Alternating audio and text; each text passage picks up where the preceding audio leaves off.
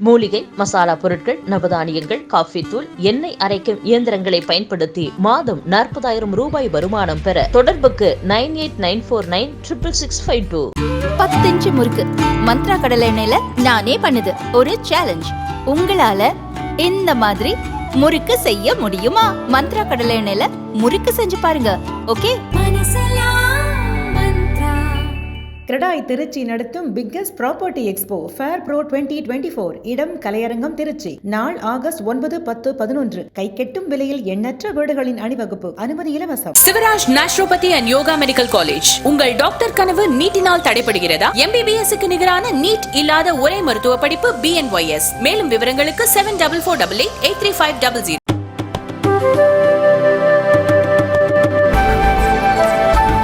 இப்போ வயநாடுல நிலச்சரிவு ஏற்பட்டு ஒரு 3 கிராமங்கள் அழிஞ்சிருக்கு, 300க்கும் மேற்பட்டவர்கள் இறந்திருக்காங்க. இது வந்து தேசிய பேரிடராக அறிவிக்கணும்னு மாநில முதலமைச்சர் கேட்டிருக்காரு. ஆனால் அது இன்னும் சார் தேசிய பேரிடர்னு இதுக்கு முன்னாடி எதை அறிவிச்சிருந்தாங்கன்னு சொல்லுங்க. இதை பல முறை ஒவ்வொருத்தரையும் காமெடியாக கேட்டுகிட்டே இருக்கிறாங்க. தேசிய பேரிடராக எதை அறிவிச்சிருக்காங்கன்னு கேளுங்க. சுனாமி அறிவிச்சதில்லை, பெரு வெள்ளங்கள் அறிவிச்சதில்லை, கோவிட் அறிவிச்சதில்லை. தேசிய பேரிடர் எதை அறிவிச்சிருக்காங்க? அப்படி அறிவிக்கிற பழக்கமே இல்லை சார். இது வந்து ஒரு காயினேஜ் ஆஃப் ஃப்ரேஸ், ஒரு வார்த்தை கோவை. ஆமாம், நேஷனல் டிசாஸ்டர். அது வந்து நம்ம எல்லாருமே சொன்னாலும் சொல்லாட்டாலும் கேரளா நடந்து நேஷனல் டிசாஸ்டர் தான். 340 பேர் ஒரு இடத்துல வந்து இறந்துருக்குறாங்க. அது ஒரு சம்பவத்தில் இறந்துருக்குறாங்க. ஒரு விடிகால பொழுது அவங்களுக்கு விடியாமலே போயிடுச்சு அப்படின்னா அது வந்து ஒரு சாதாரண சம்பவமாக நம்ம கடந்து போகிறது. அது நேஷனல் டிசாஸ்டர் தான். ஆனால் இவர்கள் எதிர்பார்க்குற விஷயம், அதுக்கு ஒரு அறிவிப்பு வரணும், அதுக்கு ஒரு அந்த பேர் அறிவிக்கிற பழக்கத்தை தவிர மற்ற எல்லாமே செஞ்சுருக்காங்க. அதே திரு அமித்ஷா அவர்கள் மக்களவையிலே சொன்னது போல் NDRF டீமே போயிடுச்சு. அங்கே சென்னையிலேருந்து கிளம்பி போயிருக்கு, தமிழ்நாட்டிலேருந்து கிளம்பி போயிருக்கு, அக்கம் பக்கத்து மாநிலத்தில் போயிருக்கு, எல்லாருமே போயிட்டாங்க. அப்போ அவங்க national disaster management relief force தான் அங்கே போனது, ரெஸ்கியூ ஃபோர்ஸ் தானே அங்கே போனது. அங்கே அப்போ அது தெரிஞ்சுதான் போயிருக்காங்க. டிசாஸ்டர் தானே அது. அதெல்லாம் இப்படி அப்போ அதான் நம்ம மக்கள் என்ன செஞ்சுட்டே இருப்பாங்க தெரியுமா? பேர் வச்சுட்டோன்னு எல்லாமே தீர்ந்து வச்சு நினைப்பாங்க. ராஜாஜி நினைவு மண்டபம் அப்படி வச்சுட்டா ராஜாஜியோட கொள்கையை இந்த பக்கம் குள்ளுக்கப்பட்டிருப்பாங்க, இந்த பக்கம் குலக்கல்வி கொண்டு வந்தாங்க, அந்த பக்கம் நாங்கள் நினைவு மண்டபம் வச்சுட்டோம்பாங்க. காந்தி மண்டபம் அப்படி வச்சுட்டா, காந்தி மண்டபம் வச்சுட்டா காந்தி கொள்கை, காந்தி நோட்டு தான் ஓடிட்டும். காந்தி கொள்கைக்கு நமக்கு ஏதாவது சம்மந்தம் இருக்கா இங்கே ஊரில்? அப்போ இவங்க நம்ம பேர் வச்சுட்டா முடியும் நேஷனல் டிசாஸ்டர் அறிவிச்சோம். அப்போ நாளைக்கு பிஜேபி நேஷனல் டிசாஸ்டர் அறிவித்ததே பாஜக அரசு தான். அப்படி நீ அறிவிச்சு என்ன செய்ய போகிற? ஆனால் இதுதான் இவங்களோட பாலிட்டிக்ஸ் நெரேட்டிவ். ஒன்று சொல்லிட்டு பேர் வச்சுட்டு போயிடுது. அதான் கனிமொழி அவர்கள் என்ன சொல்கிறாங்க, இது அவங்க கேட்டு ஒன்று அறிவிக்க மாட்டாங்க, பாஜகவே வந்து ஒரு தேசிய பேரிடராக தான் இருக்குது அப்படின்ற ஒரு குற்றச்சாட்டி முன்னாடி. அதெல்லாம் ரிட்டாரிக். திரு எடியூரப்பா அவர்கள் முதலமைச்சராக இருந்தபோது கர்நாடகாவில் காவிரி தண்ணீர் வந்துருச்சுன்னு கலைஞரும் திரு எடியூரப்பாவும் 2 பேரும் நார்த் மெட்ராஸில் ஒரு இடத்துல வந்து குடத்தில் தண்ணியை வாங்கி நின்று போஸ்ட் கொடுத்தாங்க. காவிரி தண்ணி இன்னைக்கு வரைக்கும் வந்துருச்சான்னு சொல்லுங்கள். திரு துரைமுருகன் என்ன சொல்கிறார்? காவிரி தண்ணி வந்துருச்சு சொல்கிறாருங்க. மழை வந்து வடிகாலாக இங்கே வந்தால் தான் வினாடிக்கு 1.5 லட்சம் கன அடி வருது. அவங்கள்ட்டால பிடிச்சி வைக்க முடியாமல், சரிங்களா, வீடு உடச்சி வெள்ளம் வருது, அவங்க திறந்து விட்றாங்க. முந்தானத்து வரைக்கும் DK சிவகுமார் சொன்னார், அந்த மாநில துணை முதலமைச்சர் காங்கிரஸ் கட்சி தலைவர் சொன்னார், தர முடியாது. ஒரு வார்த்தை காங்கிரஸ் கட்சிக்கு எதிராக பேசியிருக்காங்களான்னு சொல்லுங்கள். காங்கிரஸ் கட்சிக்கெலாம் சொல்ல, கர்நாடகா காங்கிரஸ் ஆட்சிக்கு எதிராக நான் சொல்லுவேன். காங்கிரஸ் கட்சிக்கு எதிராக ராகுல் காந்தி என்ன செய்கிறாருன்னு கேட்க வேண்டாம். கர்நாடகா காங்கிரஸ் அரசு எப்படிப்பா நீ தர முடியாதுன்னு எப்படி பேசுவேன்? ஓ வீட்டு தனியாக கேட்குறேன் அப்படின்னு ஒரு வார்த்தை தமிழ்நாட்டில் இருந்திருக்காங்க கேளுங்க. திரு துரைமுருகன் இவங்களாம் விட்டுருக்கு. சிவாஜி கிருஷ்ணமூர்த்தி கேட்டிருக்காரான்னு கேளுங்க. கர்நாடகா காங்கிரஸ் அரசே உனக்கு என்ன இருக்குன்னு சொல்லி கேட்டிருக்காராங்க. யாரா அது என்ன கணக்கு? அப்படி அது பேசவே மாட்டேன்னு அதுதான் சொல்கிறேன். இங்கே தேசிய பேரிடர் அறிவிக்கிற ஒரு நெரேட்டிவ் செட் பண்ணுறாங்க. நான் முதல்ல ஒரு சொன்னேன்னா, எடியூரப்பா அவங்களும் போட்டு சர்வைஞர் சிலையை திறந்து, திருவள்ளூர் சிலையை திறந்துலாம் பயங்கரமான ஒன்று போட்டு 2 ஒரு உருனாங்க. தண்ணி வந்துச்சா? வரல. ரைட். மவுண்ட் ரோடில் அந்த ஜெமினி பிரிட்ஜ் பக்கத்தில் 2 பக்கம் ஒரு குதிரையை வச்சு ஒரு சிலை நிற்கும், பார்த்துருக்கீங்களா? அது கீழே போய் பாருங்கள். அந்த சிலையை கல்வெட்டில் கீழே நீங்கள் போய் பார்க்கணும். அதை இப்போ மாற்றிட்டாங்க டெக்னிக்கலாக, சரிங்களா? மாற்றின பிறகு நீங்கள் சொல்கிறேன் உங்களுக்கு அந்த சிலை எதுக்குங்கிற கீழே போட்டிருப்பாங்க. என்னென்னு பாருங்கள். தமிழ்நாட்டில் குதிரை பந்தயங்களை நிறுத்தியதற்காக போட்டு. குதிரை பந்தயம் இன்றைக்கி இருக்குதா இல்லையா? குதிரை பந்தயத்தை நிறுத்திட்டோம்னு சில சார், ஜெமினி பிரிட்ஜுக்கு 2 பக்கம் குதிரை பந்தயத்தை நிறுத்திட்டோம், ஜீவோ போட்டாங்க. அது உண்மைதான். குதிரை பந்தயம் நின்றுச்சான்னு சொல்லுங்கள். கிண்டியில் குதிரை ஓடலையா, ஊட்டியில் குதிரை ஓடலையான்னு சொல்லுங்கள். புரியுதா? பேர் அறிவிச்சுட்டு, ஜீவோ அறிவிச்சுட்டு, நெரேட்டிவ் செட் பண்ணிட்டு நிப்பாட்டி அந்த குதிரை சிலையை போய் கீழே போய் பாருங்கள், உங்களுக்கு தெரிஞ்சிடும் எது உண்மைன்னு. கலைஞர் அவருடைய ஃபோட்டோ போய் எடுத்து பாருங்கள், எது உண்மை. நான் அவரும் பேசி நான் முடிச்சு தண்ணி வந்துருச்சுட்டாங்க. தட் இஸ் அப்போ தேசிய பேரிடர் அறிவிச்சா ஆச்சான்னு நான் கேட்குறேன். நீங்கள் ரிலீஃப் ஃபண்டு கொடுத்தியா கொடுக்கலையா, ஆள் அனுப்பலையா, வேலை செஞ்சியா, இதுதான் மேட்ரு. நம்ம அந்த பேர் தான் பேர் வச்சியே சோறு வச்சியா, இதுதான் என்னுடைய கேள்வி. துரைமுருகன் என்ன சொல்றாரு, பாஜக மேலிடத்துக்கும் இந்த காவிரி தண்ணி வராத விஷயத்துக்கும் ஏதோ தொடர்பு இருக்கும் போல அப்படின்றாரு. இது அண்ணாமலை அவர்கள்ட்ட கேட்கும்போது முதல்வர் அவர்கள் வந்து ட்வீட் போடும்போது கூட அவர் அந்த மாநில முதல்வரை டேக் பண்ண மாட்டேங்கிறாரு.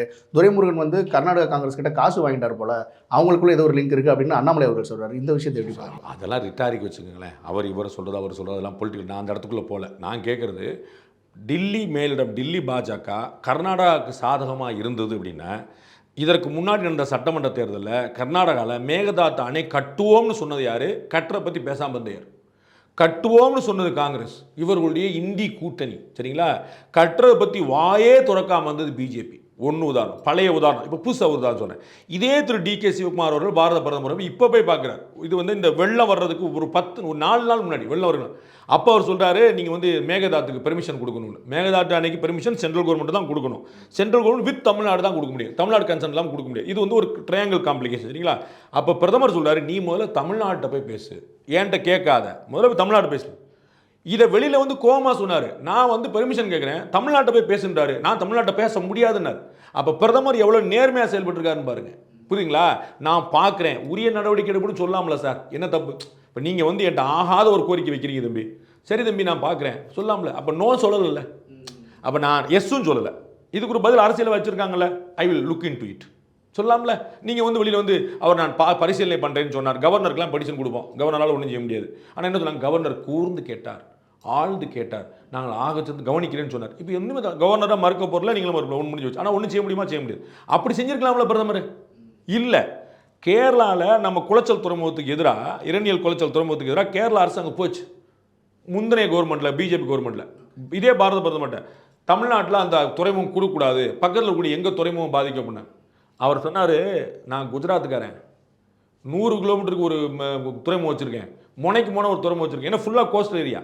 நான் முனைக்கு போன வச்சுருக்கேன், ஒரு துறைமுகம் வந்து இன்னொரு துறைமுகம் பாதிக்கணுங்கிற அவசியம் கிடையாது, என்கிட்ட சொல்லாத, நீ வீட்டுக்கு போன்ட்டார்.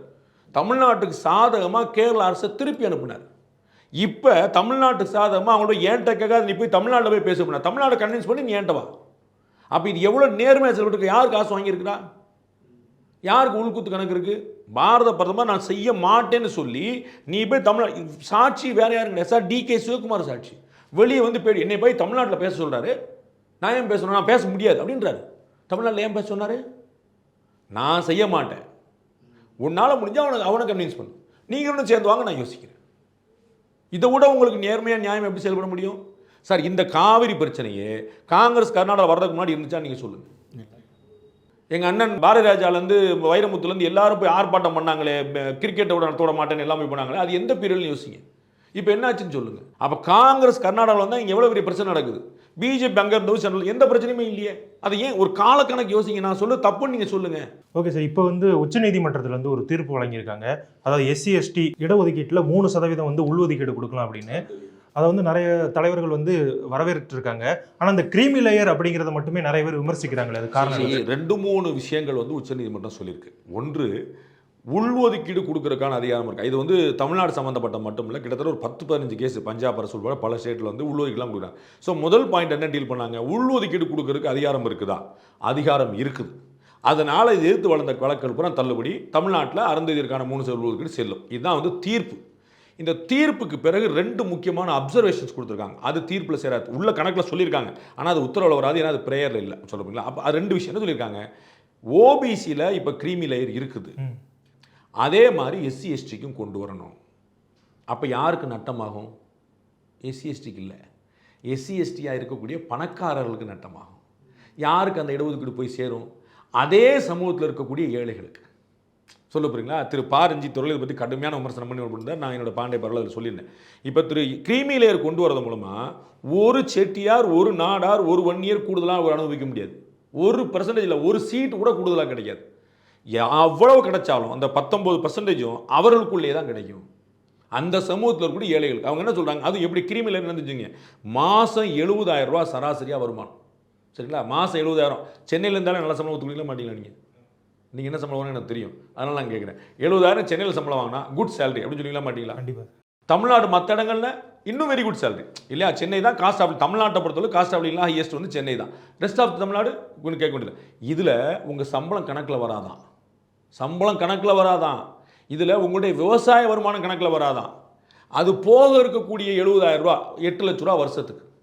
இந்த வருமானத்துக்கு மேலே இருக்கிறவங்களுக்குன்னா அதுவும் கூடாதுன்றாங்க. சரிங்களா? இதுக்கு தான் இவங்க எதுக்குறாங்க. அவங்க பலன் யாருக்கா வேற சமூகத்துக்கு போய் சேரப்போதா? கிடையாது.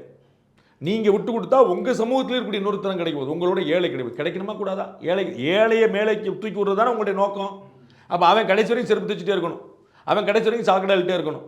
நீங்கள் இங்கே உட்காந்து தத்துவம் பேசிட்டு இருப்பீங்க. இது ஒரு பாயிண்ட். ரெண்டாவது பாயிண்ட், முதல் தலைமுறையை அனுபவிச்சுட்டா ரெண்டாவது தலைமுறை விட்டு கொடுக்கணும். புரியுங்களா? அவங்க என்ன சொல்றாங்க, ஒரு ஜென்ரேஷன் வந்துருச்சு. இப்போ ஒரு பேச்சுக்கு திருமாவளவன் அவர்கள் இருக்கிறாரு, பாரஞ்சித் இருக்கிறார், இன்னும் அந்த சமூகத்தில் பெருமக்கள் நிறைய பேர் இருக்கிறாங்க. அவங்க ஒரு கட்டத்துக்கு நகர்ந்துட்டாங்க. அவர்களுடைய வாழ்க்கை வேறு இடத்துக்கு நகர்ந்துருச்சு. இப்போ அவர்களோ அவருடைய குடும்பத்தினரோ அவருடைய மனைவி மக்களோ குழந்தை குட்டிகளோ அவங்க திருமாவளவன் திருமணம் ஆகலன்னு வச்சுக்கோங்க. பட் ஒரு பேச்சுக்கு சொல்ல வருதான் அந்த மாதிரி அவங்க இருந்தாங்கன்னா அவர்கள் ஒரு ஸ்டேட்டஸ்க்கு வந்துருவாங்க. இது யார் பார்க்கணுன்னே பாரஞ்சித் பையன் பாரஞ்சித் அண்ணன் அப்படின்னு அவங்களுக்கு எல்லாருக்குமே தெரியும். அந்த ஒரு இடத்துக்கு வந்துடுறாங்க. அப்போ அவர்கள் விட்டு கொடுத்துட்டா அவர்கள் சமூகத்தினுடைய இன்னொரு ஏழைக்கு அந்த வாய்ப்பு கிடைக்கும். சரிங்களா? அந்த அப்ளை பண்ணுறதுல யார்? அதான் இப்போ மற்ற ஒரு இடஒதுக்கீடு நீங்கள் கூட்டினீங்கன்னு வச்சுக்கோங்களேன், ஒருத்தருக்கு இடஒதுக்கீடு போகும். புரியுங்களா? ஆனால் இந்த இடத்துல கூட்டவே இல்லை, நீங்கள் விட்டு கொடுங்க அப்படின்றாங்க. இது எப்படி தப்பாகும்? இந்த ரெண்டில் விமர்சனத்துக்கு என்ன இருக்குது? இதில் இடஒதுக்கீடுக்கு எங்கே சேலஞ்ச் வருது? இதில் பிராமணிக்கல் பிரிவியூ அப்படின்னு வச்சு பார்ப்பனிய பரவண்டர் B.R. கவாய் அப்படின்னு சொல்லக்கூடிய அந்த 7 பேரில் ஒருத்தர் அம்பேத்கரிஸ். அவருடைய தகப்பனார் ரிப்பப்ளிக் பார்ட்டியுடைய தலைவர். அவருடைய சகோதரர் இன்னமும் குடியரசுக் கட்சி நடத்திட்டு இருக்காங்க, இப்போ அரசியல்வாதியாக இருக்கார். அவருடைய கூட பிறந்த சகோதரர் அவர் புத்திஸ்ட். அவரும் உட்பட தான் கொடுத்துருக்காரு இந்த 7 பேரில். அப்போ நீதிமன்றத்தில் சந்திரசூட் அரசாங்கத்துக்கு எதிரானவன்னு இவங்களுக்கு எல்லாருக்கும் ஒரு நம்பிக்கை உண்டு. இப்போ இருக்கக்கூடிய அரசாங்கத்துக்கு எதிரான ஒரு சிந்தனை உண்டு, ஒரு கருத்தோட்டம் உண்டு. அப்போ அப்படிப்பட்டவங்களுக்கு அப்போ இவங்களுக்கு ஃபேவராக எப்படி செஞ்சுருப்பாங்க? அவங்களுக்கு ஃபேவராக எங்கே இருந்துச்சு? பிஜேபி இடஒதுக்கீடு ரிமூவ் பண்ணு எங்கே சொல்லுச்சு? சரி, சுப்ரீம் கோர்ட் இடஒதுக்கீடு ரிமூவ் பண்ணு எங்கே சொல்லுச்சு? சொல்லு.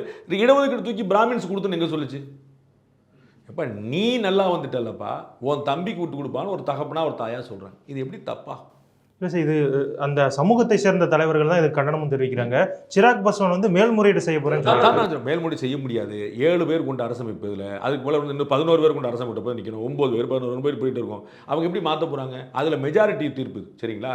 அதுலேயும் மைனாரிட்டி ஒரு ஆள் வேற ஒரு கருத்தில் பேலாயம் திரிவேதிங்கிறவங்க ஒரு கருத்தை மாற்றி சொல்லியிருந்தாங்க இதே வழக்கில். சரிங்களா? மைனாரிட்டி ஜட்ஜ்மெண்ட் கிடையாது, இது மெஜாரிட்டி ஜட்ஜ்மெண்ட். சரிங்களா? அது போக இது ரிசர்வேஷன் மாறலை. இது அவங்க கருத்து தான் சொல்லியிருக்காங்க. நாலுலேருந்து ரிசர்வேஷன் மாறல. நாலுலேருந்து அவங்க இது கொடுக்கறதுக்குலாம் அதிகாரம் அரசுக்கு தான் உண்டு, நீதிமன்றங்களுக்கு கிடையாது. இது பாலிசி டிசிஷன். அவங்க ஒரு சஜஷனாக சொல்கிறாங்க, எப்பா நீங்களாம் நல்லா வந்துட்டீங்க, உங்கள் பிள்ளைகளுக்கு கொடுங்கப்பா அப்படின்றாங்க. இது ஊரில் உள்ள பெரியவங்க பேசுகிற சட்டம் இல்லை. புரியுங்களா? நீ மக்களவையில் தான் கொண்டு வரணும். இதை இப்போ நாலுலேருந்து மாற போகிறது இல்லை. அதனால் அவங்க அறியாமல் சொல்கிறாங்க. அரசியல்வாதிகளுக்கு தெரியும், செருப்பு தைக்கிற வரையும் ஷார்ட்கட் க்ளீன் பண்ணுறவரையும் நம்ம ஏமாற்றிடலாம், அவங்கள நம்ம ஏமாற்றிடலாம். உங்களுக்காக நான் உழைக்கிறேன், உங்களுக்கு அவங்க பாவம், நமக்காக நம்ம சமுதாயத்துக்காக ஒரே ஒரு கட்சிப்பா அப்படின்னு நினச்சிடுவாங்க. ஆனால் உண்மையில் என்னன்னா அவர்களுக்கு எதிராக தான் செயல்படுறாங்க. செருப்பு தைக்கிறவருடைய பிள்ளைகள் படிக்க விடாமல் தடுக்கிறாங்க, சாக்கடை கிளீன் பண்ணுறவருடைய பிள்ளைகள் படிக்க விடாமல் தடுக்கிறாங்க. யார் தடுக்கிறா? எந்த இடை சமூகமும் கிடையாது, இந்த தலைவர்கள் தான் தடுக்கிறாங்க. 2 கேள்விக்கு பதில் சொல்லுங்க. மனசாட்சி இருக்கக்கூடிய யாராவது பதில் சொல்லட்டும். ஒரு தலைமுறை அனுபவிச்சு அடுத்த தலைமுறை விட்டு கொடுங்க அப்படின்னு சொல்லி தான் விட்டு கொடுத்தால், விட்டு கொடுக்குற ஒரு எஸ்சி தான். சரிங்களா?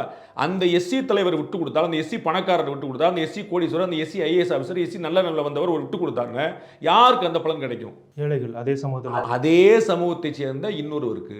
இதே மாதிரி கிரீமி லேயர், பணக்காரன் ஆகிட்டீங்க, நீங்கள் 80 லட்ச ரூபாய்க்கு மேலே 8 லட்ச ரூபாய்க்கு மேலே நீங்கள் சம்பாதிக்கிறீங்க, நீங்கள் விட்டு கொடுங்க, அவர் யார் கிடைக்கும் அந்த பலன்? இப்போ கிரீமி லேயரில் 4 பேர் வெளியே போயிடுறாங்க. அப்போ வெளியே போனது மூலமாக யாருக்கு பலன் கிடைக்கும்? அதே சமூகத்தை சேர்ந்த ஒருத்தவர்களுக்கு. அப்போ எந்த சூழ்நிலையிலும் இடஒதுக்கீடு எண்ணிக்கை மாறப்போறதில்லை, இடஒதுக்கீடு சதவீதம் மாறப்போறதில்லை, இடஒதுக்கீடு அனுபவிப்பவர்கள் மாறப்போறதில்லை. அதே சமூகத்தில் ஏழைகள் பலனடைய போகிறாங்க. இது நல்லதாக கேட்டதான் மனசாட்சி உள்ளவர்கள் சொல்கிறாங்க. ஆன்மீக பேச்சாளர் சுகி சிவம் அவர்கள் கொஞ்ச நாளைக்கு முன்னாடி பழனி கோவில் கொடிமரமே கிடையாது, ஆகம விதிப்படி கட்டினா தான் கொடிமரம் இருக்கணும், அது ஆகம விதிப்படி கட்டலை அப்படின்னு சொல்லியிருந்தாரு. இப்போ என்ன சொல்கிறாருன்னா லேட்டஸ்ட்டாக அங்கே இருக்கிறது முருகரே கிடையாது, போகர் தான் இருக்காரு அப்படின்னு சொல்லியிருக்காரு. என்னதான் சார் ஆச்சு அவருக்கு? இந்த விஷயத்தில் உங்களுடைய பார்வை என்னவா இருக்குது? 2-3 விஷயங்கள் நம்ம புரிஞ்சுக்கணும். நான் ஒரு எக்ஸ்பர்ட் கிடையாது, அதனால் அங்கே இருக்கிறது என்னன்னு எனக்கு தெரியாது. ஆனால் எனக்கு என்ன தெரியுங்கிற சொல்கிறேன். தமிழ்நாட்டில் கிட்டத்தட்ட 40,000 கோயில்கள் கணக்கு வழக்கிலே இருக்குது, அக்கௌண்ட் எடுக்கப்பட்டு அறநிலைத்துறையுடைய அக்கௌண்ட்ஸ் டிபார்ட்மெண்ட்லேயே இருக்குது.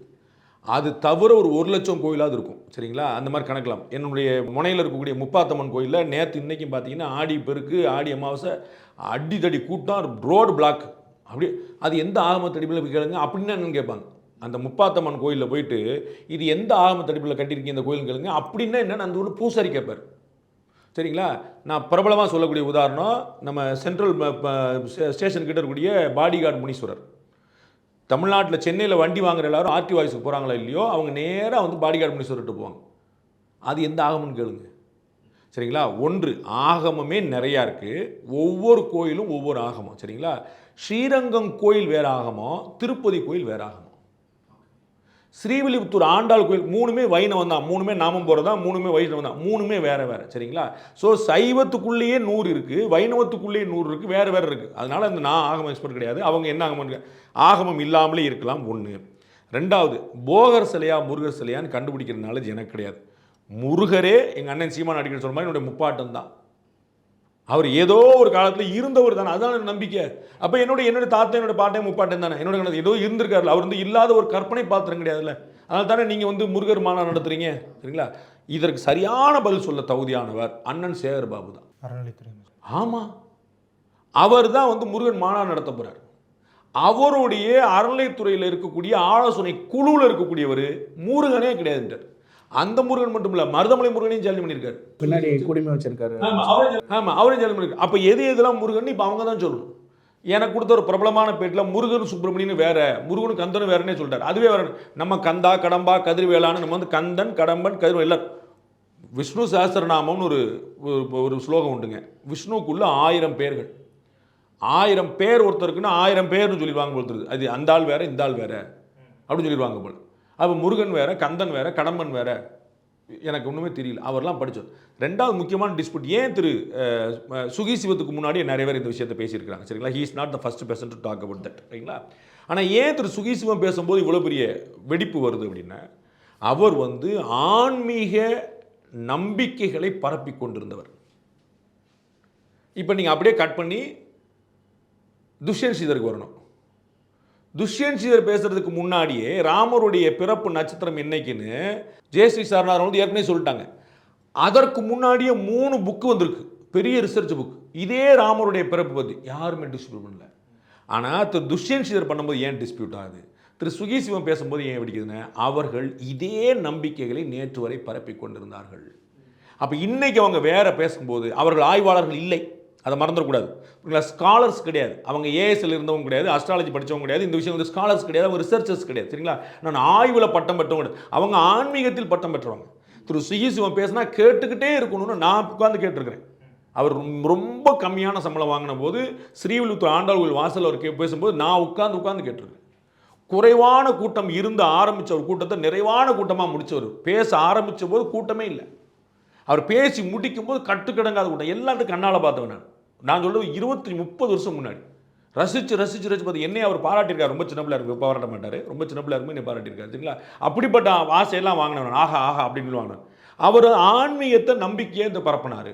இன்றைக்கி வேல்டு கேள்விக்கும்போது நீங்கள் ஸ்காலர் கிடையாது, நீங்கள் ரிசர்ச்சர் கிடையாது, நேற்று வரைக்கும் நீங்கள் பேசிக்கிட்டு இருந்தீங்க இது வேறு, இன்றைக்கி என்ன வேறு, அப்போ சேர்க்கை ஏதோ மாறி இருக்குது, இப்படி யோசிக்கிறாங்க.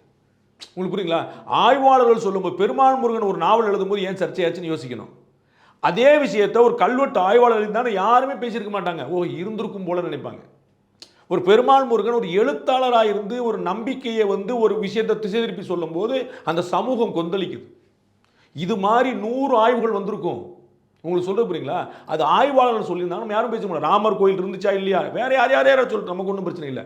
ராமர் கோயிலே இல்லைங்கன்னு துஷ்யந்த் ஸ்ரீதரோ யாரோ ஒருத்தர், வேல்குடி சீனிவாசன் அவர்களோ யாராவது சொன்னால் எப்படி இருக்கும்? ராமர் கோயில் இல்லை அந்த இடத்துல 100 பேர் சொல்லலாம், சொல்லியிருப்பாங்க. ஆய்வாளர்கள் வந்து அவங்க டிஸ்பியூட் பண்ணிக்கிட்டு, நமக்கு அது பிரச்சனை இல்லை. நம்பிக்கை விதைத்தவர்கள் அந்த நம்பிக்கையை சிதைக்கிறார்கள். அந்த அதிர்ச்சி வந்து அவங்களுக்கு வந்து நிற்குது. அதனால தான் வெட்டப்படுது. அவர் ஆய்வாளராக இருந்தால் நான் ஆமான்னு கேட்டுப்பேன், இருக்கும் கண்டுபிடிச்சிருப்பார் பாரு. யாரோ தீக்காவை சேர்ந்தவங்க, இப்போ கடவுள் மறுப்பு இயக்கத்தை சேர்ந்தவங்க 4 எழுதுகிற புக்கை வச்சுக்கிட்டு அப்படி பண்ணார் அப்படின்னு சொன்னால் நம்ம எப்படி ஏற்க முடியாது? எப்படி திரு வைரமுத்தூர் ஆண்டாளுக்கு சொன்னது தான் இல்லைன்னு மறுத்து நான் தந்தி டிவியில் நான் ப்ரூவ் பண்ணியிருக்கேன். அவர் சொன்ன இலினாய்ஸ் பல்கலைக்கழக ஆய்வு பண்ணலாம் ஒன்றுமே கிடையாது, நான் ப்ரூவ் பண்ணியிருக்கேன். எங்கே போச்சு? அவர் ஆய்வாளர் கிடையாது. தமிழ் வளர்க்க வந்தீங்களா, தமிழ் பேசுங்க, தமிழ் எழுதுங்க. தமிழ்நாட்டு படைன்னு எழுதிட்டு தமிழுக்கும் தமிழ் பக்திக்கும் ஒரு உணர்வுக்கு விரோதமாக நீங்கள் எப்படி செயல்படுவீங்க? அதனால தான் வருத்தம் வந்து வச்சார். ப்ரூஃப் இல்லை நாங்கள் காட்டணுமே. கேரளாவை சேர்ந்த ஒருத்தர், தமிழ்நாட்டை சேர்ந்த ஒருத்தர் கேரளாவில் செட்டில் ஆகிட்டார். அவர் எழுதின ஒரு புத்தகத்தில் இருக்கார், அவரும் சொல்லப்படுகிறது தெரியப்படி இருந்தார். அது எப்படி நீங்கள் ஆய்வா நீங்கள் சொல்லுவீங்க? யாரோ ஒருத்தர் வந்து கூறப்படுகிறது தெரியும் சொல்லி நீங்கள் ஒரு ஆய்வு, நீங்கள் அவ்வளோ பெரிய ஆன்றோர் அறிவு பெருமக்கள் அவ்வளோ படித்தவங்க நீங்கள் சொல்லலாமா? அதில் தான் அவருக்கு என்ன நடந்துங்கன்னு தெரியாது. 4 பேர் என்ன வச்சுப்பாங்க, இது சேர்க்க மாறிடுச்சு போல. திமுகவில் அமைச்சராக இருக்கக்கூடிய திரு சேகர்பாபு அவர்கள் திரு வீரமணி அவர்கள் சந்தேகிக்கிற அளவுக்கு பக்தியாக இருக்கார். ஆன்மீக அரசுன்றார், திராவிட மாடல் அரசுங்கிற மாதிரி ஆன்மீக அரசுன்ட்டு போறார். தமிழக முதலமைச்சர் வாயாலே பத்திரம் சொல்ல வச்சிட்டார். இப்படிப்பட்ட ஒரு துறை என்னுடைய அமைச்சரவையிலேயே கிடையாது, அறநிலையத்துறையில் அறிவுத்துறை இப்படிப்பட்ட செயல்பாடு வேற யார்ட்டையும் கிடையாது அப்படின்னு அவரே சொல்ல வச்சார். அப்படி ஆன்மீக பரப்பு அவர் அந்த இடத்துக்கு நகர்றாரு. இவர் எந்த இடத்துக்கு நகர்த்திட்டாருன்னு பார்த்தோம். சார், இன்னொரு முக்கியமான விஷயம் என்ன அப்படின்னா, வக்ஃபு வாரியத்தோட அதிகாரத்தை குறைக்கிறதுக்கான ஒரு மசோதா வந்து மத்திய அமைச்சரவை வந்து அந்த வக்ஃபு வாரியத்தை பொறுத்தளவுக்கு என்ன கொண்டு வர போறாங்கன்னு நம்ம பார்க்கணும். பட் என்ன பேசப்படுது அப்படின்னா, ஒரு வக்ஃபு வாரியம் வந்து இது ஏன் இடம்னு சொல்லிருச்சுன்னா அது ஏன் இடம் தான், அது இல்லை நீ தான் ப்ரூஃப் பண்ணுங்கிற நிலைமை இப்போ இருக்குது. உங்களுக்கு நீங்கள் ஒரு பாத்தியத்தில் ஒரு இடத்த வச்சுருக்கீங்க, அது உங்களுடையதாக இருக்கலாம், இல்லைன்னு அது ஒரு கிரே ஏரியாவே வச்சுக்கிடுவோம். அதை டக்குன்னு என்னோட இடம் சொல்லிட்டேன்னா அது இல்லை, அது வந்து உங்கள் இடம், நீங்கள் தான் ப்ரூவ் பண்ணணும். நம்ம நார்மலாக என்ன கேட்போம், ஒரு குற்றச்சாட்டு சொன்னோம்னா நம்ம தான் ப்ரூவ் பண்ணணும். பாஸ் ஏன்ட்ட பாருங்கள் பத்திரம் இருக்குது, இது ஏன் இடம் உங்கள் இடம் இல்லை, நம்ம தான் ப்ரூவ் பண்ணணும். அவனு சொல்லாங்க அவங்க அறிவிச்சிட்டாங்கல்ல, இப்போ நீங்கள் தான் சார் இல்லைன்னு ப்ரூவ் பண்ணணுங்கிற மாதிரி கொண்டு வராங்க. அதுதான் இப்போ இருக்குது. இதை மாத்திரக்கான அதிகாரம்னு சொல்கிறாங்க. அது நம்ம வந்தால் தான் தெரியும். என்னால் வராமல் நம்ம சொல்ல முடியாது வந்து, ஏன்னா இது வந்து வராமல் முன்னாடி சொன்னோம்னா முஸ்லீம்களுடைய சொத்துக்களை பறிக்க முயற்சி, இஸ்லாமியர்களுக்கு எதிரான சட்டம் அப்படி நாலேருந்து கொண்டு வந்துருவாங்க. நம்ம வந்து இது வந்து சுப்ரீம் கோர்ட்டுடைய ஸ்க்ரூட்னி வரைக்கும் போகணும். இது வந்து அமைச்சரவையில் நிறைவேற்றணும், அதற்கு பிறகு ஜனாதிபதியோட ஒப்புதல் கொடுக்கணும், அதற்கு முன்னாடி பார்லிமெண்டோட ஒப்புதல் பெறணும், அதற்கு பிறகு சுப்ரீம் கோர்ட்டுடைய ஸ்க்ரூட்னிக்கு போகும். அதற்கப்புறம் அது இடையில தான் டிபேட்டில் நம்ம பார்க்க முடியும் உண்மையான விஷயம் உள்ள நடந்திருக்கு அப்படின்னு. நான் கேள்விப்பட்டது இப்படி ஒரு ஆஸ்பெக்ட் இருக்குது. அவங்க எதனாலும் தன்னோட இடம்னு சொல்லிடலாம் அப்படின்னு இல்லை, அதை நீங்கள் வந்து அவங்க இடமாங்கிற பார்த்துட்டு நீங்கள் 4 பேர்கிட்ட கேட்டுட்டு அப்புறம் தான் நீங்கள் வந்து கிளைம் பண்ணிக்க முடியும்.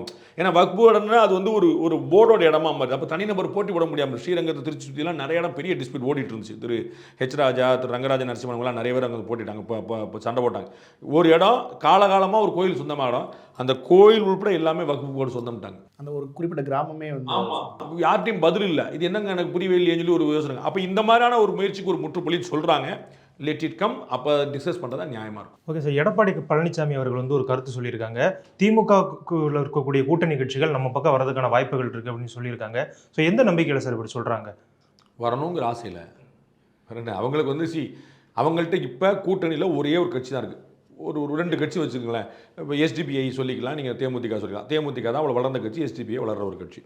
ஸோ வேறு யாரும் இல்லை. இதை வச்சு ஜெயிக்க முடியாதுன்னு தெளிவாக தெரிஞ்சு வச்சு 2019 பிஜேபி வச்சுக்கிட்டே ஜெயிக்க முடியல, 2021 பிஜேபி வச்சுக்கிட்டே ஜெயிக்க முடியல, பெரிய அலைன்ஸ் வச்சுட்டு ஜெயிக்க முடியல. அப்போ 24 அந்த அலைன்ஸும் இல்லை, பயங்கரமான ஒரு பல இடங்களில் 7-8 இடங்களில் 3ஆவது இடத்துக்கு போகிற நிலைமை போச்சு. நம்மளோட பிஜேபி முன்னாடி வந்துட்டாங்கிற நிலைமை போச்சு.